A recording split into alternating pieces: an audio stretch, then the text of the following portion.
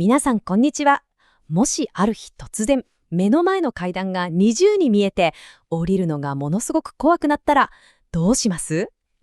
今回はですね、そんな不思議な現象を引き起こす脳の中の本当に小さな神経の謎に一緒に迫っていきたいと思います。この階段を降りるのが怖いっていう、本当に切実な訴え。実はこれが今日の話の全ての始まりなんですね。一見すると、なんてことないただの目の疲れかなって思うかもしれないんですけど、いやいや、実は脳のずーっと奥にあるたった一本の神経がこれに関わってるんです。でも不思議じゃないですか。なんでたった一本の、それこそ髪の毛みたいに細い神経の調子が悪いだけで、僕たちが見ているこの世界が全部ぐにゃっと傾いて見えちゃうんでしょうか。この一見シンプルな恐怖の裏には、人体の設計のなんていうか妙というか、本当に驚くべき仕組みが隠されてるんですよ。さあ、一緒にその謎を解き明かしていきましょう。はい。では最初のセクションです。階段が恐怖に変わるとき。じゃあ具体的にどんな風に見えちゃってるんでしょうか？これ単に物が二重に見えるっていうそんな単純な話じゃないんですよね。主な症状はですね、すごく特殊な複視、つまり物が二重に見える状態なんです。片方の映像がもう片方に対してただ横にずれるんじゃなくて、斜め上にずれて、しかも回転して傾いて見える。ちょっと想像してみてほしいんですけど、本の文字が斜めに重なって見えたり、階段の一段一段がずれて見えたり。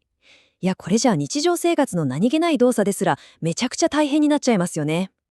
さて、ここからがめちゃくちゃ面白いところです。僕たちの脳って本当に賢くて、この傾いた世界をですね、なんとか元に戻そうと無意識のうちにすっごく頑張るんですよ。それがこの代償性投位。麻痺している目とは反対側に自然と首をかしげる。こうすることで2つの映像のズレをギリギリまで抑えて、なんとか一つにまとめようとするんですね。いやー、なんとも堅気な努力の表れだと思いませんか？では、セクション2、脳の繊細な滑車です。じゃあ、そもそもなんでこんなことが起きるんでしょうか。その原因を突き止めるために、いわば犯人である神経と、そいつが操るとってもユニークな滑車みたいな筋肉の働きをちょっと見ていきましょ原因はこの滑車神経ってやつです。こいつ脳神経の中でも一番細くて、そして一番長い道のりを旅するちょっと変わった神経なんですよ。なんと脳の裏側から出発して頭蓋骨の中をぐーっと大回りして目にたどり着く。この長い旅路とその繊細さのせいで、ちょっと頭をぶつけたとかそういう衝撃でもダメージを受けやすい、すごくデリケートな神経なんですね。で、この長くて繊細な神経の仕事はたった一つだけ。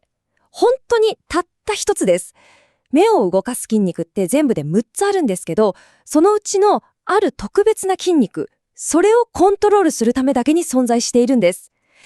その特別な筋肉っていうのが、この乗車筋です。この図ちょっと見てください。まるで井戸の滑車みたいに眼球をクイッと引っ張っているのがわかりますよね。このユニークな構造があるおかげで、乗車筋は目を内側にねじる内方回線、下に向ける下転、そして外側に向ける外転っていう3つの複雑な動きをいっぺんにやってのけることができるんです。特に本を読んだりするときみたいに下とか内側を見るときにこの筋肉は絶対欠かせないんですね。はい、セクション3です。3ステップの眼科診断。さて、目を動かす筋肉ってたくさんあるじゃないですか。その中からお医者さんはどうやってピンポイントで乗車筋がおかしいぞって特定できるんでしょうか。ここにはですね、まるで名探偵みたいな見事なロジックが使われるんですよ。それがこのパークス・ビルショフスキー3段階テストっていうやつです。まずステップ1、まっすぐ見たときにどっちの目が上にずれてるかを見る。これで容疑者が絞られます。次にステップ2、右を見たときと左を見たとき、どっちでズレがひどくなるかを見て、容疑者をさらに2つの筋肉にまで絞り込む。そして最後のステップ3、頭を左右に傾けてもらった時のズレの変化を見ることで、ついにたった一つの原因筋を特定するんです。すごいですよね。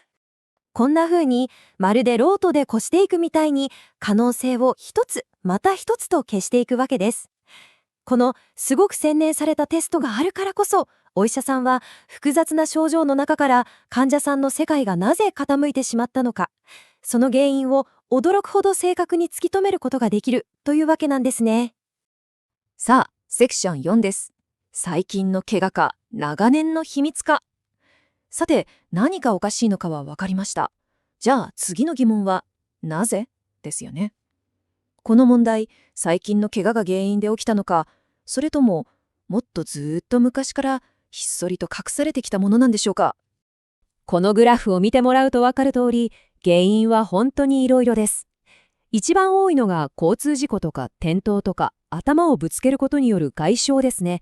本当に軽い打撲でも起きることがあります。その次が糖尿病なんかが原因の血管の問題。そして生まれつきこの神経が弱いっていう先天性のケースもあるんです。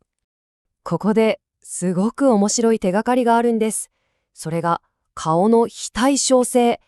ちょっと考えてみてください。もし生まれつきこの問題を抱えていたら、無の字についた時からずっと無意識に首を傾け続けてるわけですよね。その長年の癖が、なんと成長期の顔の骨格の発達にまで影響して、左右で微妙な違いを生むことがあるんです。お医者さんはこれを見ると、これは最近始まった話じゃないなって判断できるわけです。でもですね、特に怪我とか血管の問題で後から発症した場合、ここには希望の光があるんです。なんと驚くことに 71% ものケースで自然に回復する可能性があるんです。これは一度ダメージを受けた神経が時間をかけて自分で自分を修復する力を持ってるからと考えられています。はい、では最後のセクションです。プリズムから手術まで。さて、パズルの最後のピースをはめに行きましょうか。この症状に悩む人のためにどうすればこの傾いた世界をもう一度まっすぐに戻すことができるのか、その解決策を見ていきたいと思います。いきなり手術が必要ってわけでもないんです。最初のステップは多くの場合、さっき言った自然回復をじっと待つ。忍耐ですね。そしてその間に使うのがこのプリズム眼鏡っていうすごく賢い道具です。これはレンズに特殊な加工がしてあって目に入ってくる光をクッと曲げてくれるんですよ。それで脳に届く映像の位置をずらしてあげる。こうすることで手術なしで2つの映像を1つにぴったと重ね合わせることができるんです。ただ、このプリズムにも限界があります。上下にずれた映像を1つに合わせるのは得意なんですけど、映像そのものが回転しちゃってる傾き、こればっかりは残念ながら直すことができないんですよ。プリズムでも良くならない、あるいは症状がずっと続くっていう場合には手術が選択肢に上がってきます。じゃあ手術の目標は何かというと、この天秤の絵みたいに働きが弱くなった筋肉と逆に俺が頑張らなきゃって張り切りすぎちゃってる他の筋肉とのアンバランスを整えてあげること。目の動きをもう一度きれいに調整し直すことなんです。で、お医者さんには症状に合わせたすごく精密なテクニックがあります。例えば弱った上斜筋の代わりに頑張りすぎちゃってる斜筋っていう筋肉の力をちょっとだけ弱めてバランスを取る方法。あるいは特に映像の傾きがひどい場合には原田伊藤法っていう手術で上斜筋そのものの位置を調整して回転のズレを直接直しに行くとか、いろんなアプローチがあるんですね。つまりですね、この滑車神経麻痺っていう一つの症状をめぐる旅は僕たちにすごく大事なことを教えてくれると思うんです。それは僕たちの脳がいかに驚異的な適応能力を持っていて、見ている世界のズレを静かにでも必死にずっと補正し続けてくれているかってこと。そしてその頑張りがいよいよ限界に来た時に、僕たちは初めて普段当たり前だと思っているまっすぐな世界がいかにありがたいものか、それに気づかされるのかもしれないんですね。動画が気に入ったら、チャンネル登録、いいねボタン、高評価のコメントをお願いします。